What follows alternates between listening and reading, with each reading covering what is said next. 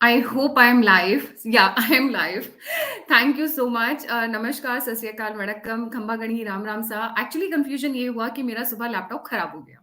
बेचारा ऑन नहीं हो रहा था। मैं दहशत में आ गई क्योंकि बिना लैपटॉप के मैं काम कैसे करूंगी। लैपटॉप गया रिपेयर होने के लिए, वापस आया तो उसमें टाइमिंग्स का कुछ नोक झोंक हो गया। मतलब अभी वो मेरे को एएम दिखा रहा है, बल्कि ये पीएम होना चाहिए था। So that's the confusion and that's how the day started. क्या बोले, ठीक है। हमारे साथ जुड़े हुए हैं डॉक्टर आशीष हांडा सर। सभी जानते हैं, सभी परिचित हैं, हमारे खास मेहमान हैं और मेरे चैनल के कॉपीराइट वाले मेहमान हैं। लोग आजकल मेरे गेस्ट चोरी करें, बहुत गलत बात है। सो ये उन्हीं के सबके लिए मैसेज है जो मेरे गेस्ट चुरा चुरा के लेके जा रहे हैं, क्योंकि मैं ढूंढ ढूंढ कर अच्छे अच्छे गेस्ट लेकर आती हूँ जी। So that was on a lighter note. So the thing is, Bhagwant Mann ने कहा कि मैं पैसे नहीं दूंगा। आखिर किसे पैसे नहीं दूंगा, क्यों नहीं पैसे दूंगा, किस मामले के लिए पैसे नहीं दूंगा? पहला पॉइंट ये जो आशीष सर कवर करेंगे। दूसरा point, everything is not right between Bhagwant Singh Mann and Arvind Kejriwal, that I will be covering. Sir पहले आपके साथ शुरू करते हैं जी। Sir welcome on the show. ठीक, राइट। गायत्री जी, आपको और आपके सभी प्यारे प्यारे दर्शकों को मेरे यानी डॉक्टर आशीष का प्यार भरा नमस्कार। फिर से एक बार इन सब प्यारी सोल से रूबरू होने का मौका मिल रहा है, ये मेरा सौभाग्य है। गायत्री जी, अक्सर चॉइस बड़ी इजी होती है हमारे लिए, और वो चॉइस क्या होती है? सही और गलत के बीच में चॉइस। आज का जो टॉपिक है, इसमें मेरे लिए चॉइस थोड़ी कठिन है, क्योंकि सही और गलत के बीच में चॉइस नहीं है। यहां चॉइस मुझे करनी पड़ रही है कम गलत और ज्यादा गलत के बीच में। जी हां, आज मैं आपसे बात करने वाला हूं एक ऐसे टसल के बारे में जो अब चल रहा है आम आदमी पार्टी और कांग्रेस के बारे में। अब हम दोनों ही जानते हैं, ये कहना मुश्किल है कि दोनों में से बड़ा चोर कौन, बड़ा घपलेबाज कौन, बड़ा ड्रामेबाज कौन, क्योंकि दोनों के अपने अपने कई टॉपिक्स हमने कवर किए हैं। लेकिन आज का टॉपिक सच में बड़ा इंटरेस्टिंग है, क्योंकि ये सांप नेवले की लड़ाई के अंदर असल में किसका पल्ला भारी बैठने वाला है, ये देखना होगा। ये मुद्दा क्या है, पहले वो समझ लेते हैं। एक फाइल पहुंची सीएम साहब की टेबल पे। पंजाब के सीएम मान जी की टेबल पे एक फाइल पहुंचती है, और वो फाइल में उनको कहा जाता है कि भाई साहब, ये सब जगह धक्के खा आई, ये सारे डिपार्टमेंट्स में घूम ली, लेकिन ये सेटल नहीं हो रहे। ये कुछ पैसे सेशन करने हैं जो गवर्नमेंट ने खर्च किए हुए हैं। बोले जी, किस गवर्नमेंट ने खर्च किए हैं? बोले जी, आपसे पहले वाली गवर्नमेंट ने, जब कैप्टन जी की गवर्नमेंट थी, उस टाइम पे कुछ ये खर्चे हुए हुए, उसका कुछ सेंक्शनिंग अभी बैलेंस है। बोले अच्छा जी। फाइल को खोला गया, खंगाला गया, तो पता चला कि कुछ एक 55 लाख रुपए का एक्सपेंस उसमें है, और बहुत सारे ऐसी पेमेंट है जो ऑलरेडी पे की गई है। और अल्टीमेटली वो सारी डिस्कशन दिमाग में चलने के बाद उनके, और अपने बिग बॉसेस से पूछने के बाद, उन्होंने एक डिसीजन लिया कि भाई, ये पैसा तो मैं सैंक्शन नहीं करूंगा। रादर, जो पैसा ऑलरेडी दिया गया है, वो जिस मिनिस्टर के रहते हुए ये कालाकांडी हुई, वो पैसा उससे रिकवर कर लिया जाए, वो भी हम इंश्योर करेंगे। अब सबके कान खड़े हो गए कि भैया, ये कौन सा नया रूल लेके आ गए ये, कि गवर्नमेंट ऑफिशियल से पैसे रिकवर करेंगे, मिनिस्टर से पैसे रिकवर करेंगे। और मिनिस्टर भी कौन? जो कैप्टन के टाइम पे जेल मिनिस्टर था, हम उसकी बात कर रहे हैं। अच्छा, खाली जेल मिनिस्टर भी होता तो चल जाता। वो खाली जेल मिनिस्टर भी नहीं थे, वो डिप्टी चीफ मिनिस्टर थे, और नाम था उनका सुखजिंदर रंधावा। सुखजिंदर रंधावा जो डिप्टी चीफ मिनिस्टर थे कैप्टन के साथ, उनसे रिकवरी करने की तैयारी में है हम मान साहब। अब आप सबके दिमाग में आएगा कि यार, ऐसा मामला क्या हो गया, ये क्या घपला बैठ गया? तो आजकल एक ही व्यक्ति, जिसके सो सॉरी करके भी आज तक पे वीडियोस आ रहे हैं, जो अपनी जान की दुहाई देता भाग रहा है, खास करके अभी रिसेंट एपिसोड जो हुए हैं अतीक वाले, तो वो द फेमस, एक बार के दबंग मुख्तार अंसारी जी का ये केस है। अब मुख्तार अंसारी के केस में अब मान साहब ने क्यों पैसे देने हैं, और कांग्रेस कहां से आ गई? तो अब उसकी डिटेल भी समझ लें आपके व्यूअर्स, तो बड़ा मजा आएगा कि ये कहानी है क्या। मुद्दा ये है जी, मुख्तार अंसारी एक ड्रेडेड क्रिमिनल। ये कहना मुश्किल होगा कि पॉलिटिसाइजेशन हो गया है क्रिमिनल्स का, या क्रिमिनलाइजेशन हो गया पॉलिटिशियंस का। ये दोनों टंग ट्विस्टर हैं, और एक दूसरे के साथ हैंड इन ग्लव हुए हुए हैं। कि पॉलिटिशियंस क्रिमिनल हो गए हैं या क्रिमिनल्स पॉलिटिशियन हो गए हैं, लेकिन कुछ भी कहे गंदा है पर धंधा है ये, तो दोनों एक दूसरे के साथ कैसे गुत्थम गुत्था है, उसके कई एग्जाम्पल्स हमने कई शोज में आपके कवर किए। आज फिर उसका एक और ऐसा ज्वलंत एग्जाम्पल आपके बीच में लेके आया हूं, जो सुनने के बाद आपके ऑडियंस दांतों तले उंगली दबा लेंगे, अरे ऐसा भी होता है। लेकिन ऐसा होता है और ऐसा हो रहा है। वो क्या हुआ है जी, अब वो कहानी सुन लीजिए। जो ड्रेडेड क्रिमिनल हैं, ये हमारे मुख्तार अंसारी, जिनके ऊपर यूपी के अंदर 48 एफआईआर दर्ज है, 48 केसेस इनके ऊपर चल रहे हैं। ऐसे में पंजाब पुलिस, एक केस दर्ज होता है इनके ऊपर, एक प्रॉपर्टी डीलर इनके ऊपर एक केस दर्ज कराता है।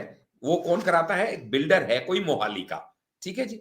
वो कहता है जी मुझसे 10 करोड़ रुपया रैंसम मांगा है। किसने? मुख्तार अंसारी ने। अब उसकी इन्वेस्टिगेशन करनी है, किसको? पंजाब पुलिस को। तो पंजाब पुलिस उसकी इन्वेस्टिगेशन करने के लिए उधार मांग के यूपी से पंजाब लेके आती है मुख्तार अंसारी को, रिमांड पे लाती है, लेकिन ट्रांजिट रिमांड पे। इसलिए मैंने शब्द कॉमन लैंग्वेज में यूज किया, उधार मांग के।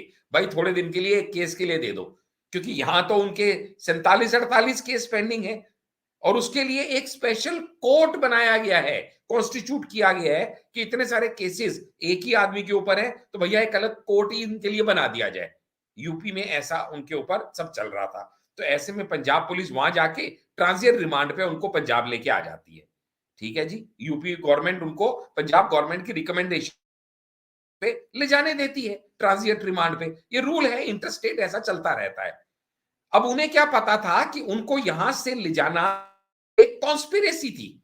एक कॉन्स्पिरेसी के तहत जबरदस्ती का एक केस डाला गया, और वो केस डाल के उनको किसी तरह से, मकसद क्या था? यूपी से उनको उठाना, योगी के चंगुल से उनको बचाना, जिसके लिए उन्होंने अपने सारे पॉलिटिकल लिंक्स, या पैसा भी कहूं तो हैरानी नहीं होगी, यूज किया।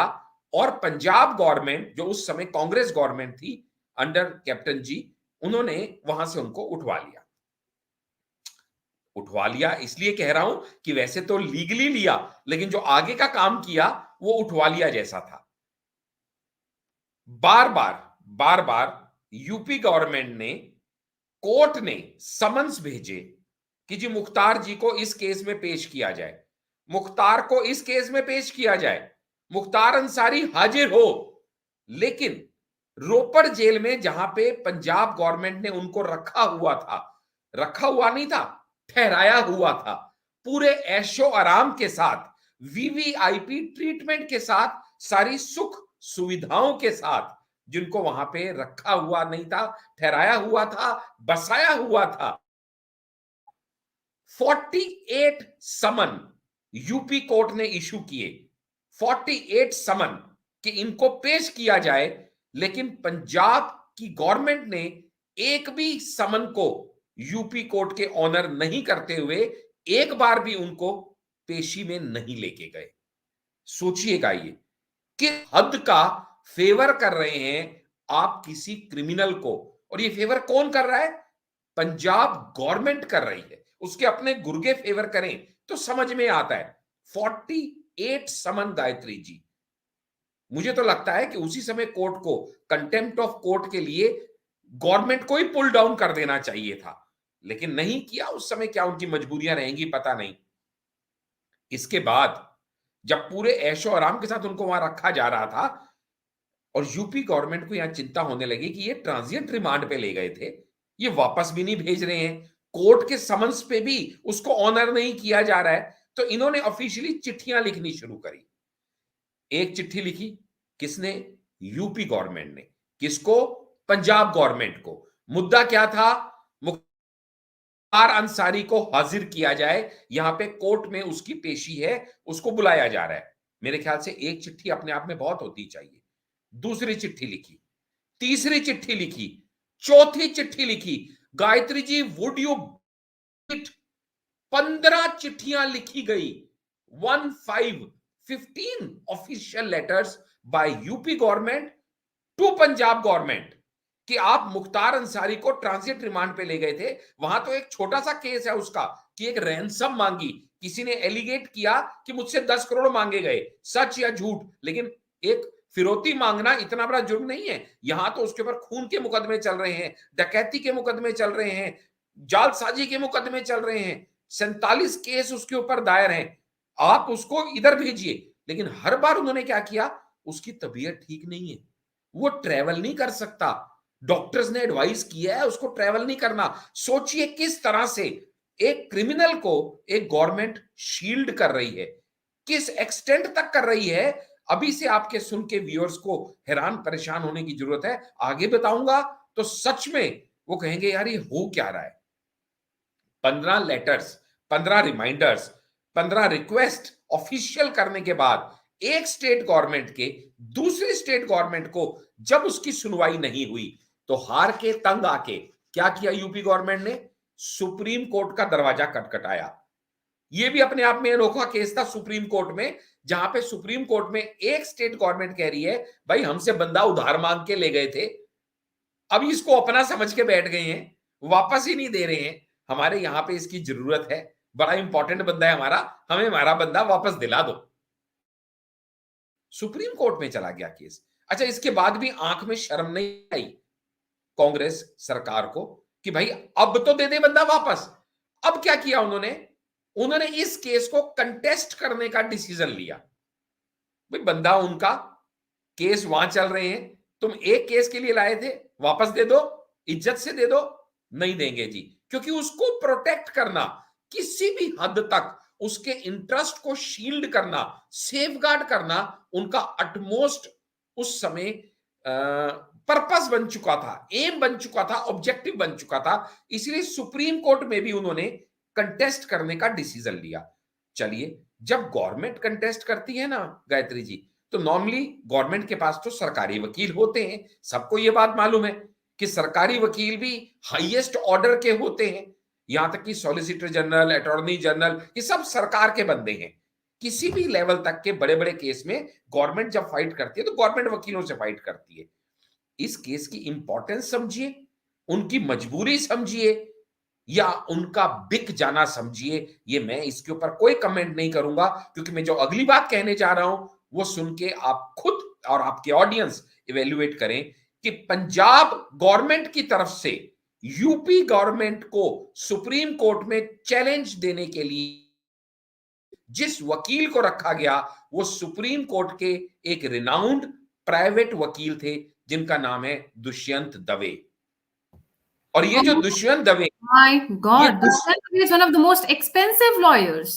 most expensive, he just charged 11 lakh per hearing and the Punjab government was ready, पास से बहाने को तैयार थे, यार कुछ भी कर ले, किसी तरह से मुख्तार अंसारी को पंजाब में रहने दे, पंजाब में रखना चाहते हैं हम इसको, ये हमारा बंदा है, इसको यूपी नहीं भेजना चाहते, किसी भी कीमत पे इसको यहां रोक ले।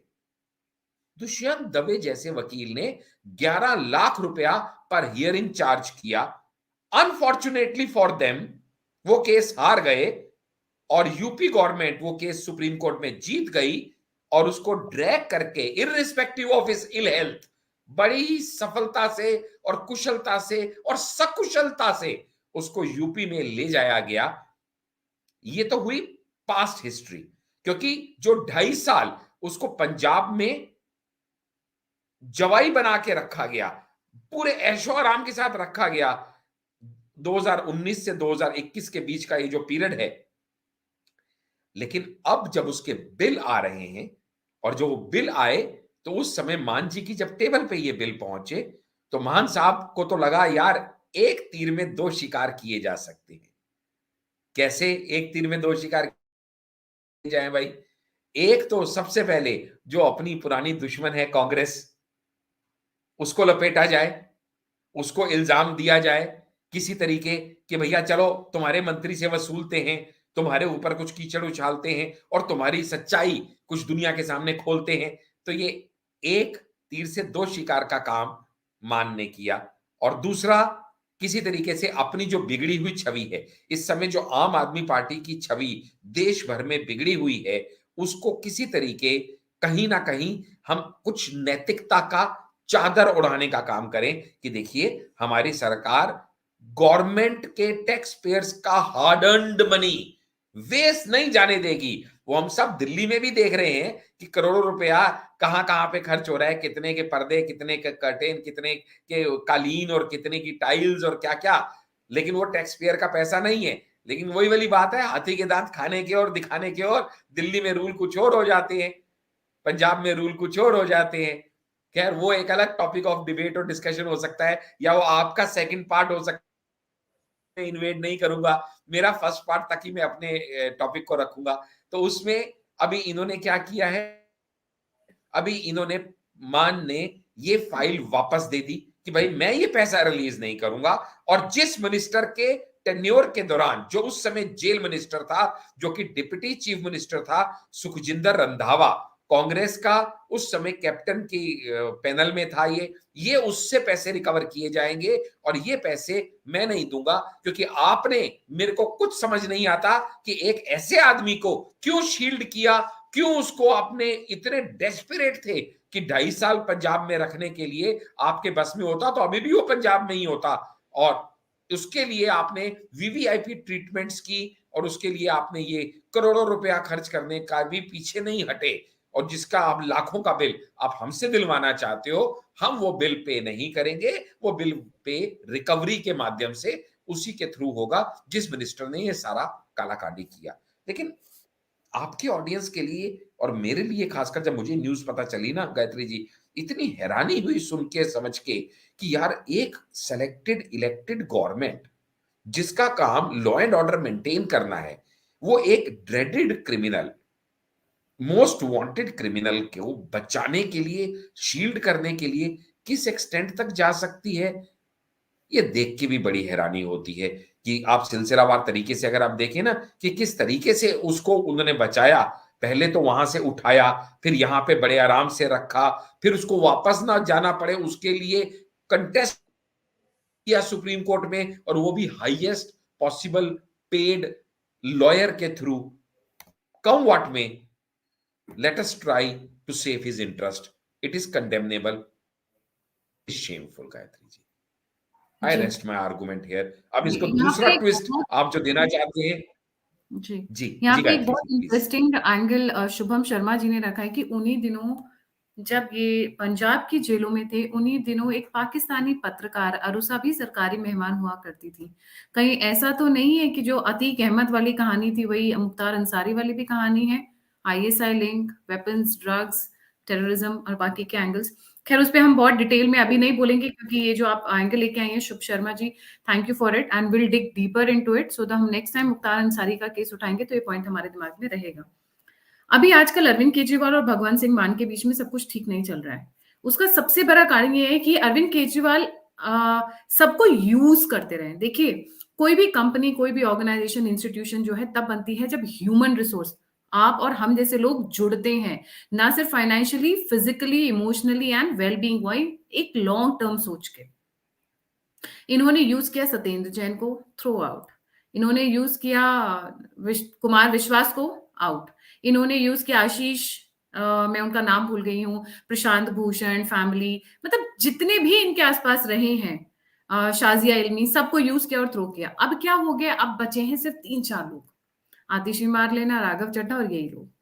प्रॉब्लम क्या हुई है, Bhagwant Mann wanted to become a proper CM of Punjab. Raghav Chadha को वहां बिठा दिया गया है। राघव चड्ढा क्या कर रहे हैं चंडीगढ़ में? What is his role there? क्या वो जो लॉबी होती है, आर्म्स लॉबी जिसको हम बोलते हैं, उसको हैंडल कर रहे हैं? पता नहीं, हो सकता है, क्योंकि चंडीगढ़ लॉबी जो आर्म्स लॉबी हैंडल करती है इंडिया की, वो तो वहीं बैठती है, चंडीगढ़ में ही बैठती है। I wouldn't be surprised at that also.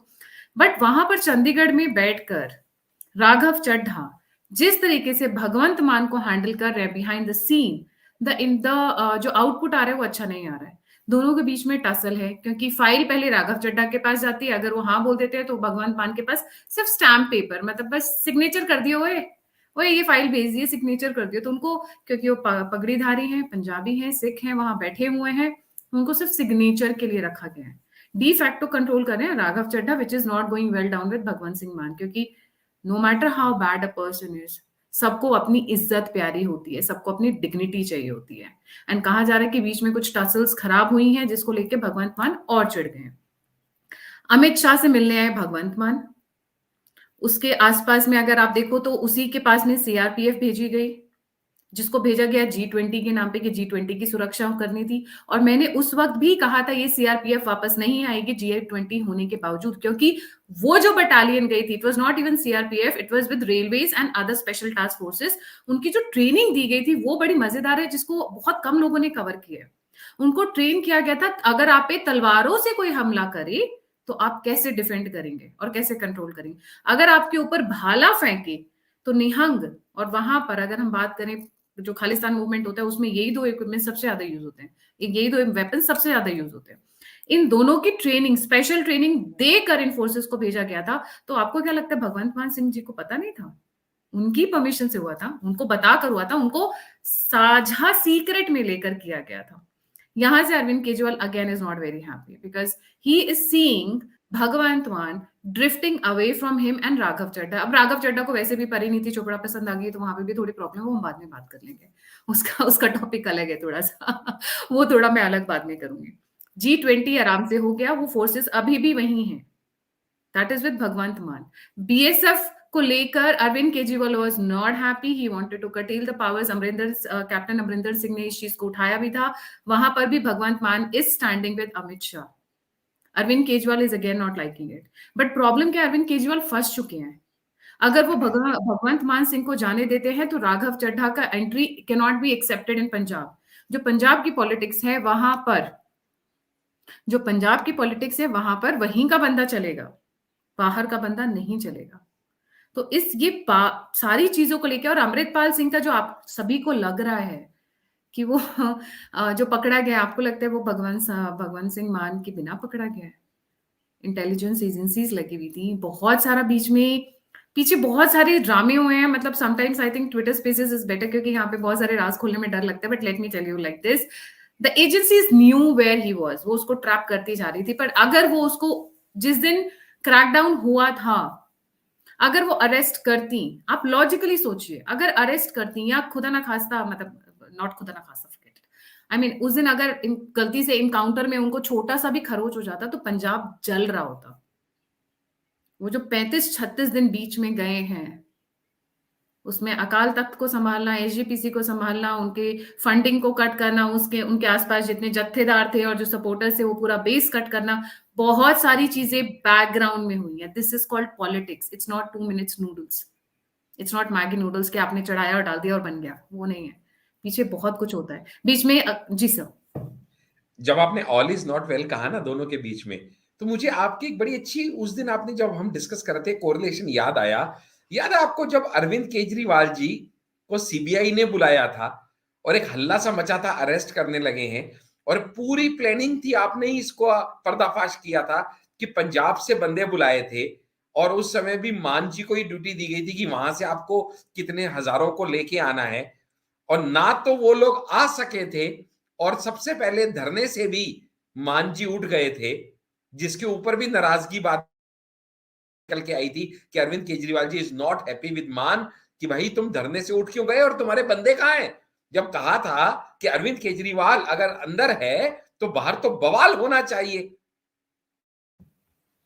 आपकी बातों से वो connecting links, connecting the dot करते हुए मेरे भी दिमाग का बत्ती जलनी शुरू हो रही है कि सच में आप जो कह रही हैं that makes sense, all is not well.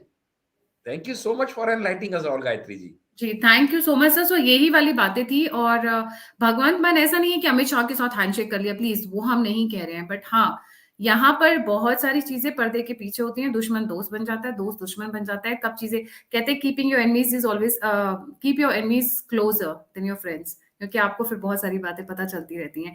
So definitely इस वक्त everything is not right between not only Arvind Kejriwal and Bhagwant Singh Mann, but also Raghav Chadha. Raghav Chadha is also not कि अरविंद केजरीवाल के साथ बहुत प्यार, मतलब बहुत क्लोज रिलेशन है, but at the same time is not even very close to Bhagwant Singh Mann. हाँ, ये जरूर हो सकता है कि after some point of time you might see Bhagwant Singman and Raghav Chadha with similar frequencies and wavelengths rather than Raghav Chadha having a similar frequency and wavelength with Arvind Kejriwal? क्यों? कुछ चीजें नेक्स्ट एपिसोड के लिए भी रखनी चाहिए। सारी बातें आज खोल दूंगी तो नेक्स्ट एपिसोड में आप क्या सुनोगे? गायत्री जी, जो अरविंद केजरीवाल जी धीरे धीरे आइसोलेट होते आपको नजर नहीं आ रहे हैं? क्योंकि अभी ये बंगले वाले एपिसोड पे उनके सो कॉल्ड स्पोक्स पर्सन जो दिन में 4-4 प्रेस कॉन्फ्रेंस किया करते थे, उनकी अभी खामोशी भी कहीं ना कहीं अरविंद केजरीवाल जी को अलग थलग पड़ता हुआ दिखा रही है। क्लियरली अपरेंट हो रहा है कि अभी वो धीरे धीरे उनके आसपास के जितने भी वजीर, हाथी, ऊंट, घोड़े धीरे धीरे शतरंज की खेल में कहीं ना कहीं छटाई होती जा रही है, या उनकी भी स्ट्रिंग्स कहीं ना कहीं तो पुल हो रही हैं।